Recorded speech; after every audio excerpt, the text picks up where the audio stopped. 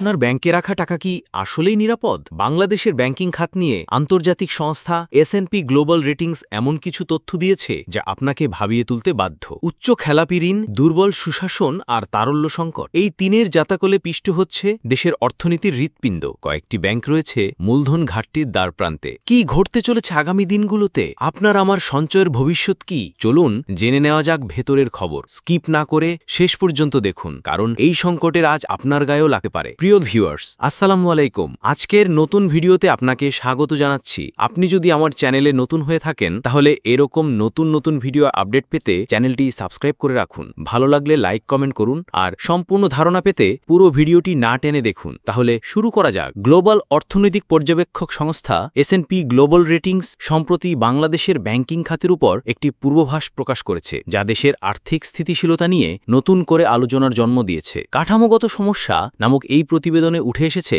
বেশ কিছু উদ্বেগজনক চিত্র। সংস্থাটি বলছে, বাংলাদেশের ব্যাংকিং খাত উচ্চ ঋণ ঝুঁকি, খণ্ডিত ব্যবস্থা এবং কিছু ঋণদাতার দুর্বল শাসন ব্যবস্থার কারণে চাপের মুখে রয়েছে। আজ আমরা এই রিপোর্টের প্রতিটি দিক বিস্তারিতভাবে বিশ্লেষণ করব এবং বোঝার চেষ্টা করব এই সংকট কতটা গভীর এবং এর থেকে উত্তরণের পথই বা কি। S&P এর 2025 সাল পর্যন্ত মধ্যবর্তী পূর্বাভাস অনুযায়ী বাংলাদেশের ব্যাংকিং খাত একটি বহুমুখী সংকটের মধ্য দিয়ে যাচ্ছে। এর মধ্যে সবচেয়ে গুরুতর সমস্যাগুলো হল: 1. দুর্বল তারল্য এবং মূলধন ঘাটতি। প্রতিবেদনে বলা হয়েছে, ব্যাংকিং খাত সার্ববিকভাবে দুর্বল তারল্যের সম্মুখীন, যা বিশেষভাবে কিছু ইসলামী ব্যাংকের ক্ষেত্রে প্রকট আকার ধারণ করেছে। এর মানে হল, গ্রাহকের চাহিদা অনুযায়ী নগদ অর্থ প্রদানে ব্যাংকগুলো হিমশিম খাচ্ছে। শুধু তাই নয়, বেশ কয়েকটি রাষ্ট্রায়ত্ত এবং ইসলামী ব্যাংকে আশঙ্কাজনকভাবে মূলধন ঘাটতি দেখা দিয়েছে। ব্যাংকের ভিত্তি যদি হয় মূলধন, তবে সেই ভিত্তিতেই এখন চিড় ধরেছে। 2. খেলাপি ঋণের ক্রমবর্ধমান চাপ। S&P's প্রাথমিক ক্রেডিট বিশ্লেষক সিনয় ভার্গিস যেমনটা বলেছেন,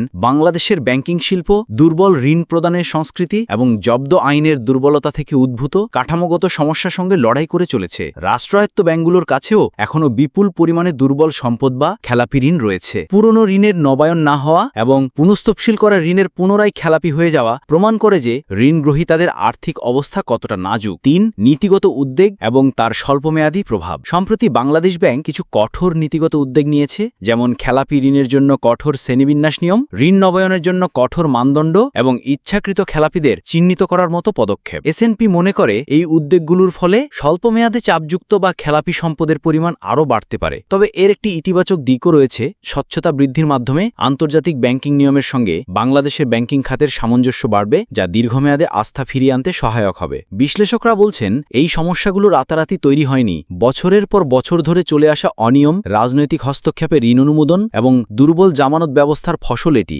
ইচ্ছাকৃত খেলাপিদের বিরুদ্ধে দৃষ্টান্তমূলক শাস্তির অভাব ঋণ খেলাপির সংস্কৃতিকে আরও উৎসাহিত করেছে। এর ফলে ভালো গ্রাহকেরা নিরুৎসাহিত হচ্ছেন এবং সামগ্রিক ঋণ শৃঙ্খলা ভেঙে পড়ছে। ইসলামী ব্যাংকগুলোর ক্ষেত্রে তারল্য সংকট একটি বিশেষ উদ্বেগের কারণ। শরিয়া ভিত্তিক হওয়ায় তাদের বিনিয়োগের ক্ষেত্র সীমিত এবং অনেক সময় দ্রুত তারল্য সংকলনের জন্য প্রচলিত ব্যাংকগুলোর মতো সহজ বিকল্প তাদের হাতে থাকে না। তাহলে এই পরিস্থিতি থেকে উত্তরণের উপায় কি? বিশ্লেষকরা কয়েকটি জরুরি পদক্ষেপের কথা বলছেন। সুশাসনের প্রতিষ্ঠা। ব্যাংকের পরিচালনা পর্ষদে রাজনৈতিক হস্তক্ষেপ বন্ধ করে পেশাদার এবং সৎ ব্যক্তিদের নিয়োগ নিশ্চিত করতে হবে। আইনের কঠোর প্রয়োগ। ইচ্ছাকৃত খেলাপিদের বিরুদ্ধে কঠোর আইনানুগ ব্যবস্থা গ্রহণ করতে হবে এবং তাদের সম্পদ বাজেয়াপ্ত করার প্রক্রিয়া সহজ করতে হবে। কেন্দ্রীয় ব্যাংকের শক্তিশালী ভূমিকা। বাংলাদেশ ব্যাংকে আরও শক্তিশালী এবং স্বাধীন ভূমিকা পালন করতে হবে, যাতে তারা কোনো চাপ ছাড়াই নিয়মকানুন প্রয়োগ করতে পারে। ব্যাংক একীভূতকরণ। দুর্বল ব্যাংকগুলোকে শক্তিশালী ব্যাংকের সাথে একীভূত করার যে উদ্যোগ নেওয়া হয়েছে, তা সতর্কতার সাথে এবং সঠিক পরিকল্পনা অনুযায়ী বাস্তবায়ন করতে হবে। ডিজিটালাইজেশন। ব্যাংকিং খাতে আধুনিক প্রযুক্তির ব্যবহার স্বচ্ছতা বাড়াতে এবং খরচ কমাতে সাহায্য করতে পারে। পরিশেষে বলা যায়, S&P গ্লোবাল রেটিংসের এই প্রতিবেদন বাংলাদেশের ব্যাংকিং খাতের জন্য একটি সতর্কবার্তা। এটি একদিকে যেমন কাঠামোগত দুর্বলতাগুলোকে চোখে আঙ্গুল দিয়ে দেখিয়ে দিয়েছে, তেমনি অন্যদিকে সংস্কারের প্রয়োজনীয়তাকেও তুলে ধরেছে। এই সংকট মোকাবেলায় সরকার, বাংলাদেশ ব্যাংক এবং বাণিজ্যিক ব্যাংকগুলোকে একযোগে সমন্বিত পদক্ষেপ গ্রহণ করতে হবে, কারণ একটি শক্তিশালী এবং আস্থাশীল ব্যাংকিং খাত ছাড়া টেকসই অর্থনৈতিক উন্নয়ন সম্ভব নয়। আপনার মূল্যবান মতামত আমাদের জানান কমেন্ট বক্সে। ভিডিওটি ভালো লাগলে লাইক দিন এবং বন্ধুদের সঙ্গে শেয়ার করুন। বাংলাদেশের অর্থনীতি ও ব্যাংকিং খাতের সর্বশেষ খবর পেতে আমাদের চ্যানেলটি সাবস্ক্রাইব করে বেল আইকনটি প্রেস করুন। ধন্যবাদ।